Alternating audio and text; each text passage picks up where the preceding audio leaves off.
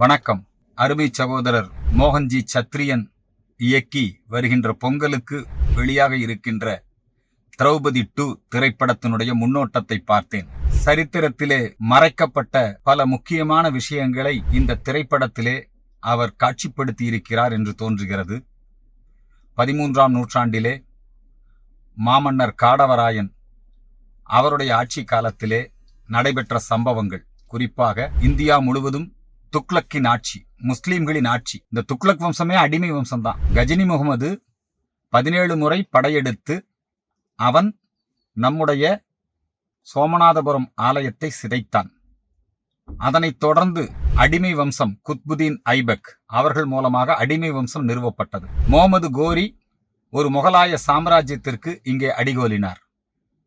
இஸ்லாமிய மதத்தை பரப்புவதற்காகவும் வளர்ப்பதற்காகவும் உருவ வழிபாடு செய்கின்ற நம்முடைய இந்து மக்களை கொன்றொழித்த வரலாறு இந்த தேசம் முழுவதும் உள்ளது. தமிழகத்திலும் இஸ்லாத்தை ஏற்றுக்கொள்ளாதவர்கள் கொல்லப்பட்டார்கள். இஸ்லாமியருடைய படையெடுப்பு, அதிலே தமிழகமும் மிகப்பெரிய அளவிலே பாதிக்கப்பட்டது. நம்முடைய தமிழகத்திலே சுல்தான்களின் ஆட்சி ஏற்படுத்தப்பட்டது. சுல்தான்கள் ஆட்சியிலே இந்துக்கள் ஜிசியா வரி செலுத்த வேண்டும், இல்லை என்றால் முஸ்லிம்களாக மாற வேண்டும். இந்து பெண்கள் அவர்களால் கவர்ந்து செல்லப்பட்டார்கள், மானபங்கப்படுத்தப்பட்டார்கள், கட்டாய மதமாற்றத்திற்கு ஆளாக்கப்பட்டார்கள். இவற்றையெல்லாம் கதைக்களமாக வைத்து திரௌபதி 2 அமைந்திருக்கிறது. திரௌபதி என்று சொன்னாலே ஒரு அதிர்வு. ஐவருக்கும் தேவி அழியாத பத்தினி என்று பாஞ்சாலியை குறித்து பாரதியார் பாஞ்சாலி சபதம் அந்த பாடல். திரௌபதி நெருப்பிலே பிறந்தவள். நெருப்பிலே பிறந்தவள் மட்டுமல்ல, நெருப்பையும் சுட்டெரிக்கின்ற கற்புத்தன்மை பெற்றவள். இந்த திரௌபதி இந்திய திருநாட்டு பெண்மையின் வடிவம்.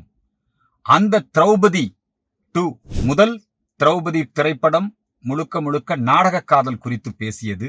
இப்பொழுது இந்த 2வது திரைப்படம் பெண்களுடைய வீரத்தையும் தியாகத்தையும், இஸ்லாமிய படையெடுப்பின் பொழுது ஸ்ரீரங்கமாக இருக்கலாம், சிதம்பரமாக இருக்கலாம், திருவண்ணாமலையாக இருக்கலாம், மதுரையாக இருக்கலாம், இப்படி சுல்தான்களின் ஆட்சியின் பொழுது பெண்கள் எப்படியெல்லாம் பாதிக்கப்பட்டார்கள், பெண்கள் எந்த அளவிற்கு இதை எதிர்த்து போராடினார்கள் என்பதை திரௌபதி 2 திரைப்படம் சொல்வது போல எனக்கு தோன்றுகிறது.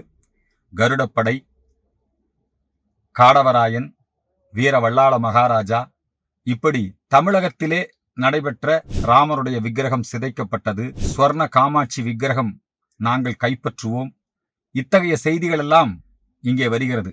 நிறைவாக வருவது தென்னாடுடைய சிவனே போற்றி, எந்நாட்டவர்க்கும் இறைவா போற்றி. ஒன்றே குலம் ஒருவனே அல்ல தேவன்.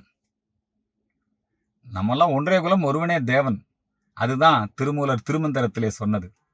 ஆனால் சிவபெருமான் பல்வேறு வேடங்களிலே நமக்கு காட்சியளிக்கிறார்.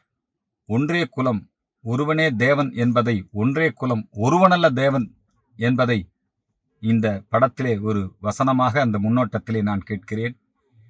இந்த படம் மிகப்பெரிய எதிர்பார்ப்பை ஏற்படுத்தி இருக்கிறது. பொதுவாக தமிழகத்திலே இஸ்லாமியர்கள் படையெடுப்பின் பொழுது நடைபெற்ற அசம்பாவிதங்கள் அவைகளெல்லாம் வரலாற்றிலே இருந்து கம்யூனிஸ்டுகளாலும் இந்த திராவிட எழுத்தாளர்களாலும் மறைக்கப்படுகிறது.